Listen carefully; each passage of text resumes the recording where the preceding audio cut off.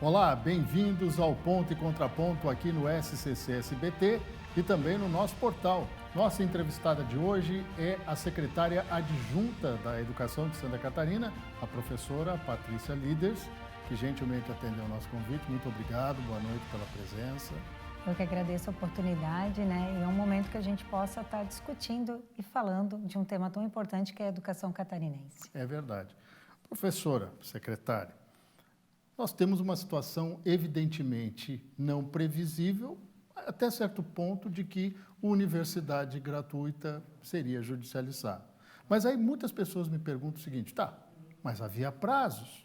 Antes de entrar no âmbito judiciário, havia prazos. Foram cumpridos. Até dia 5 de setembro, as universidades se cadastraram para o sistema. E agora, qual é o próximo passo? Com certeza, né? Independente de todo o processo que esteja ocorrendo, nós não paramos. Primeiro, bem como você colocou, a primeira etapa que foi das instituições, vencida essa primeira etapa, na próxima semana é a oportunidade dos estudantes estarem se cadastrando. Então, todos os estudantes, dentro dos critérios que já foram muito bem divulgados e apresentados, eles podem estar se cadastrando para ter essa oportunidade da universidade gratuita. É fato que algumas universidades tiveram que correr contra o tempo aí para conseguir se cadastrarem? Sim, até porque quando abriu, né, para que todas possam se cadastrar, teve uma avaliação, e essa avaliação, algumas, né, deixaram de apresentar alguns documentos para que a gente possa cadastrar, tudo tem que estar regularizado, né? Então, houve essa segunda etapa também. Para ajudar o estudante que quer participar desse programa, a oportunidade para muitos de ter um curso superior numa universidade de qualidade. Qual é a regra geral que eles devem seguir e o que eles devem evitar nesse momento de cadastramento também? Então, inscrição. Né? Sim, a legislação ela é bem clara, traz vários critérios, mas aqui vou destacar os mais importantes, né? Ser uma universidade que ela já vai estar cadastrada, que é de Santa Catarina, o estudante precisa residir no mínimo 5 anos no estado de Santa Catarina, até para que a gente possa valorizar o estudante daqui, né? Ter também, preferencialmente, que seja tido o ensino médio na escola pública, e também vai ser feita a avaliação. Quando a gente fala dessa avaliação socioeconômica, vai desde se tem gasto com remédio, moradia, entre outros. Estou aqui destacando os 3 principais, né? Mas não deixe de fazer, né? Porque, como a gente já colocou, vários terão essa oportunidade. O importante é que todos que estejam dentro do critério possam se cadastrar. Isso não significa que todos os cadastrados serão beneficiário da universidade gratuita. Seguindo os critérios, a partir do número, vai ser selecionado. Dentro de cenários, vamos pensar no pior cenário. O governo acredita que essa situação no judiciário possa fazer com que demore a universidade gratuita? Há algum prejuízo que possa ser avaliado nesse contexto? Desde o início, a gente tem a universidade gratuita como um desenvolvimento para Santa Catarina, né? Então, a gente acredita e tem essa convicção que tudo que esteja escrito esteja legalizado. É claro que, como você mencionou agora, o processo judicial ele é moroso, só que todos os questionamentos a gente tem como contrapor e colocar também, seja para qualquer órgão de controle que esteja nos questionando. A gente conversando, a senhora colocou que o assunto do momento agora é a eleição para diretor nas 1.053 escolas da rede estadual de ensino. É uma grande eleição, né? Se nós considerarmos que temos 295 municípios em Santa Catarina, com eleição ano que vem, qual é o objetivo dessa eleição? Porque muita gente dizia, não, Jorginho Melo, governador, não vai deixar ter eleição direta para diretor em escola. Mas esse conceito caiu por terra, né? Isso mesmo, né? Você colocou muito bem, são 1.053 escolas. O pleito dos diretores atuais vão até 31 de dezembro desse ano. O desejo é que a eleição aconteça em novembro. Como que funciona? Gestão democrática, seguindo até a legalidade.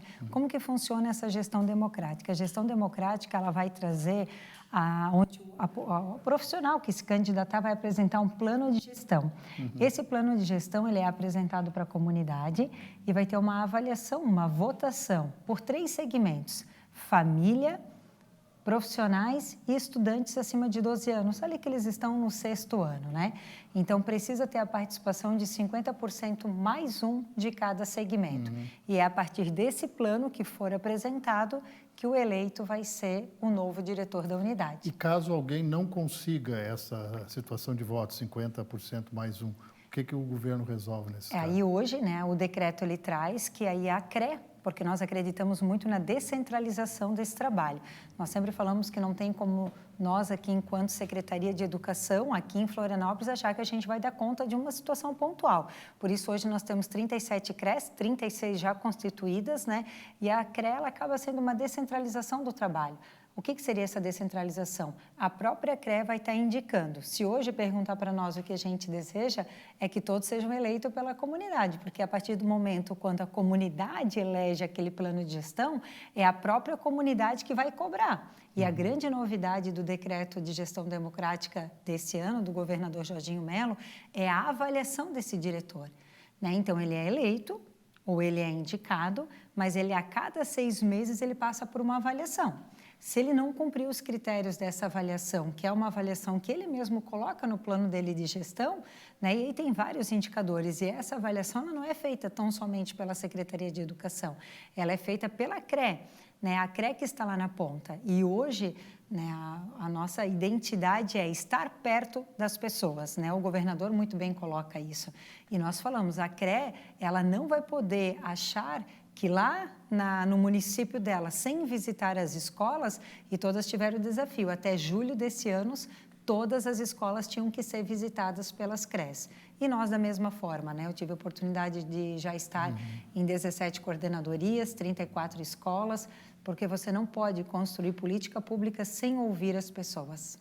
É um movimento interessante, mas em algum momento o governo, ou a senhora particularmente, que tem uma experiência muito grande dentro de escola, foi professor, coordenadora, diretora de 2 escolas, inclusive, de haver uma certa contaminação pelo ambiente político partidário ou ideológico nessas eleições?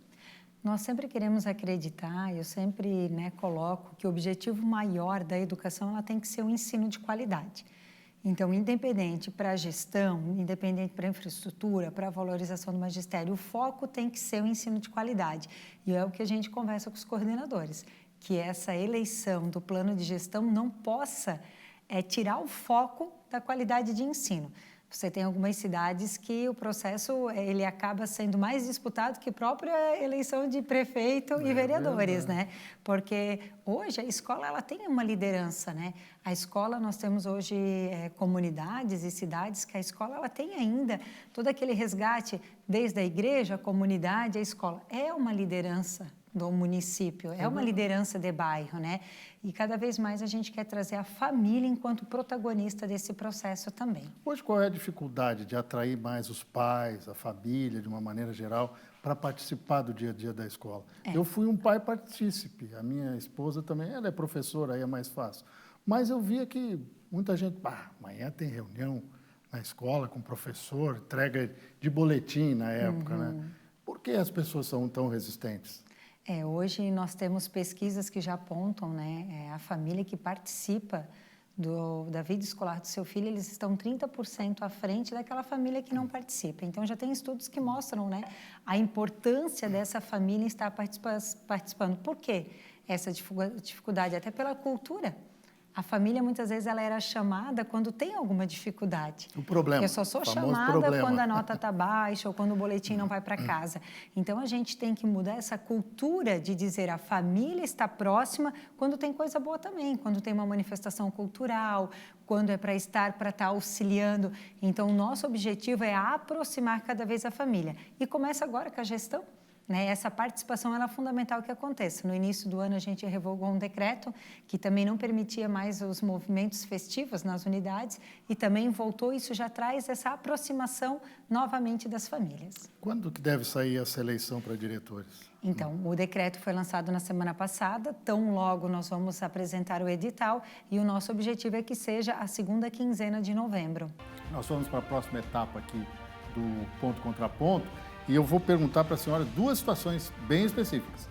A situação da rede de ensino física, não só do ponto de vista didático, mas também as ações para o ensino médio profissionalizante. A gente volta já.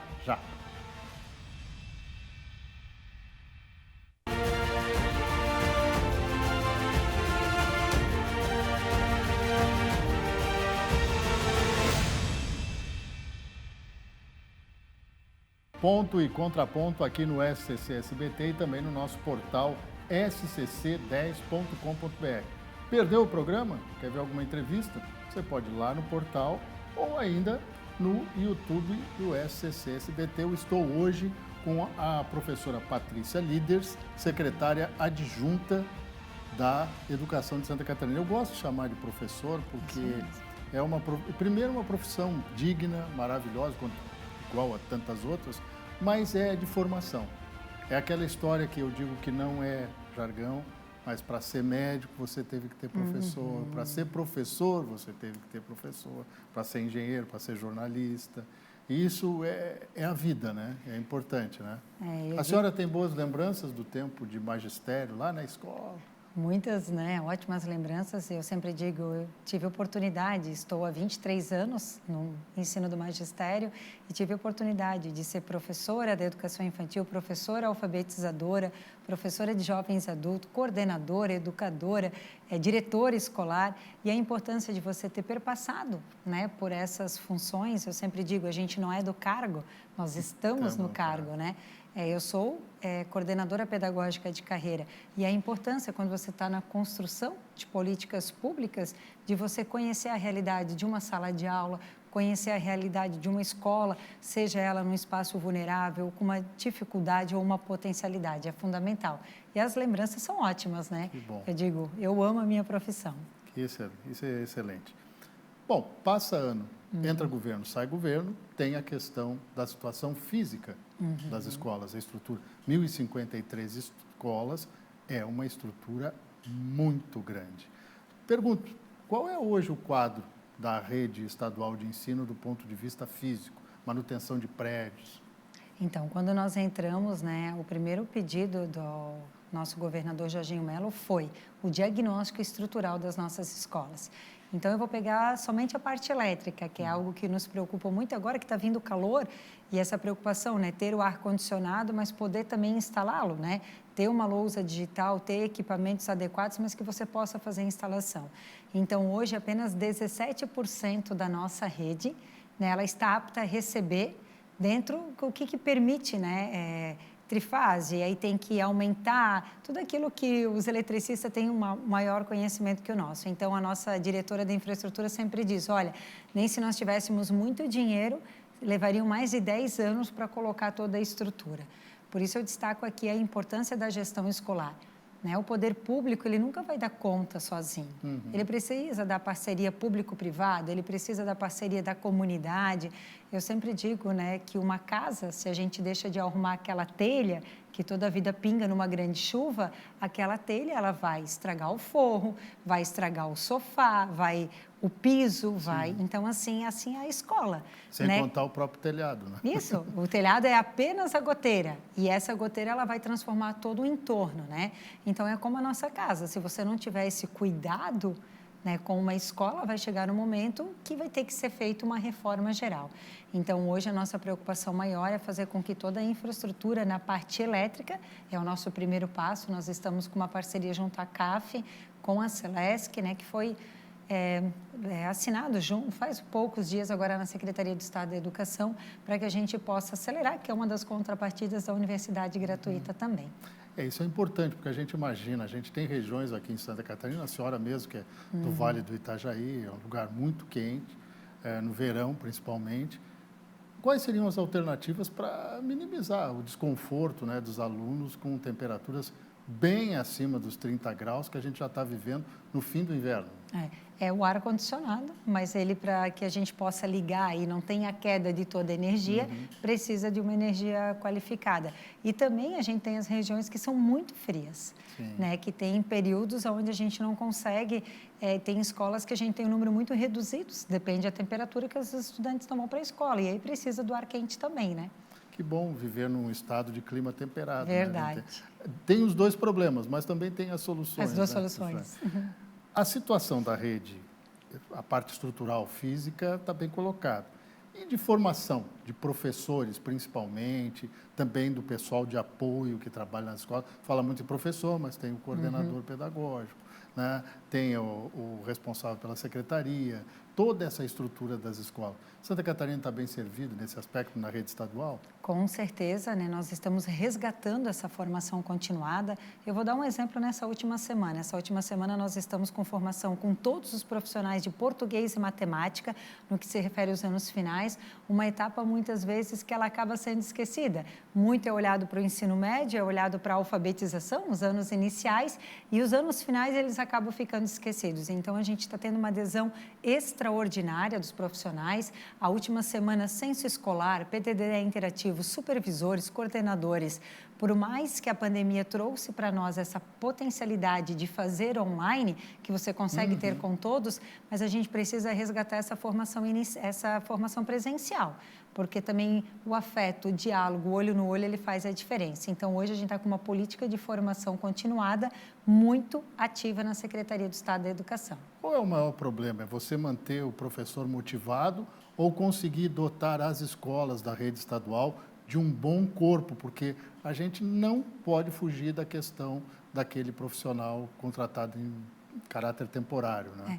Eu até não diria só o ACT, porque eu sempre digo, né? Eu fui ACT 6 anos, independente seja efetivo ou ACT, são os profissionais de educação, né? A grande valia é quando você ama a sua profissão, né? Seja você professor de português, matemática, nos iniciais, supervisor, coordenador, amar aquela profissão independente, né? Você fez essa escolha. Eu digo, a nossa vida, ela é feita de escolha, né? Quando eu optei pelo magistério, eu, né, tinha as minhas obrigações, as minhas atribuições.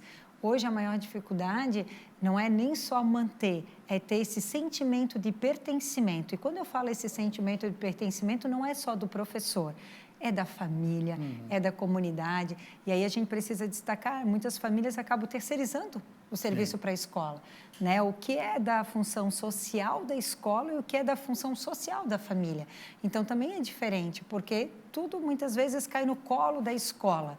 Então, a gente tem que ter esse equilíbrio também, porque as famílias precisam voltar a ter o seu protagonista na vida do seu filho. Secretária, como é que a senhora responde às críticas feitas principalmente pela oposição na Assembleia, de que o governo lançou um grande pacote de incentivo à educação, mas que muitos daqueles valores que já estavam embutidos nos projetos já eram da Secretaria e que agora isso estaria servindo para mascarar a real necessidade da rede estadual de ensino? Então, né, hoje não só Santa Catarina, todos os municípios do país, todos os estados, eles têm um limite de 25% que precisa ser investido na educação. Então, eu sempre digo, um bom gestor, ele precisa fazer um investimento, se não chega ao final do ano, ele gasta. A gente não pode gastar, a gente tem que investir. A educação sempre vai ser investimento. Então, eu posso ter a garantia, né, que esses investimentos que já são planejados dentro da LOA, dentro do nosso planejamento orçamentário, são pensados, sim. É claro que a gente queria poder ter a receita, ela diminuir no início do ano. Se você pegar os últimos anos pandêmicos, a receita estava lá no alto. Hoje, agora, ela vem se estabilizando e o secretário da Fazenda tem colocado isso muito bem, traz com que uma esperança que a gente possa ter um investimento maior. Mas ele é gerido, sim, com muita responsabilidade e sempre com o foco que eu falei no início da entrevista. O foco sempre precisa ser a aprendizagem de qualidade dos estudantes. Ensino médio profissionalizante, um sonho do governador, do secretário Aristide Simadon e da senhora também. Ele vai se tornar uma realidade muito maior presente nas escolas da rede estadual de ensino? Ele já está se tornando, né? Hoje nós temos, além dos SEDUPs, que são grandes, conhecidos de todo o nosso estado de Santa Catarina, são 20 SEDUPs que estão espalhados nos 295 municípios, nas regionais, mas também o sistema com a Fiesc, que foi assinado este ano. Nós queremos e acreditamos que este estudante ele precisa sair já com o seu ensino médio com a parte profissionalizante do que ele vai querer escolher, porque hoje muitas vezes os estudantes acabam iniciando uma universidade, uma graduação e têm a dúvida do que querem, né? E hoje os cursos técnicos, quando eles são de qualidade, faz com que o aluno já saia com essa profissão. A gente tem hoje o Ministério da Educação, que ainda não se posicionou efetivamente, mas a gente precisa entender que o Conselho Estadual de Educação, ele também dá essa autonomia para os estados. Então, a gente vai trabalhar dentro dessa autonomia, vamos ter mudanças, até porque o novo ensino médio, ele demonstra algumas dificuldades, não só em Santa Catarina, em todo o nosso país, e a partir desse diagnóstico feito com a escuta ativa, né, sensível das próprias coordenadorias, a gente passa por algumas mudanças no próximo ano. Questão do novo ensino médio. O grande problema ainda é a grade curricular? Isso. Né, a dificuldade, até a grade, ela foi pensada muito bem, mas quando você fala em itinerários formativos, hoje a gente tem muitos itinerários formativos, mas não tem o professor com aquela formação. Então, a dificuldade nós não temos um profissional que teve essa formação inicial. Nós até colocamos, muitas vezes o professor ele vai ser apto a ser professor de violão se ele nunca tocou violão. Então, a gente tem que ter esse respeito a esse profissional, porque ele também escolheu uma formação inicial. E não é dormir professor de matemática e acordar achando que ele vai dar violão. Né? Eu estou aqui fazendo, não quero generalizar, mas estou fazendo um contraponto. A gente precisa também ver as habilidades, as competências desse profissional dentro da sua formação inicial para que o nosso estudante possa ter uma formação escolar de qualidade. Secretária Adjunta de Educação do Estado, Patrícia Líderes, professora, muito obrigado pela sua presença. Eu que agradeço a oportunidade e a Secretaria de Estado da Educação fica à disposição sempre de toda a comunidade. E assim nós encerramos o nosso Ponto e Contraponto de hoje. Nosso contato, sábado que vem, no mesmo local. Até lá.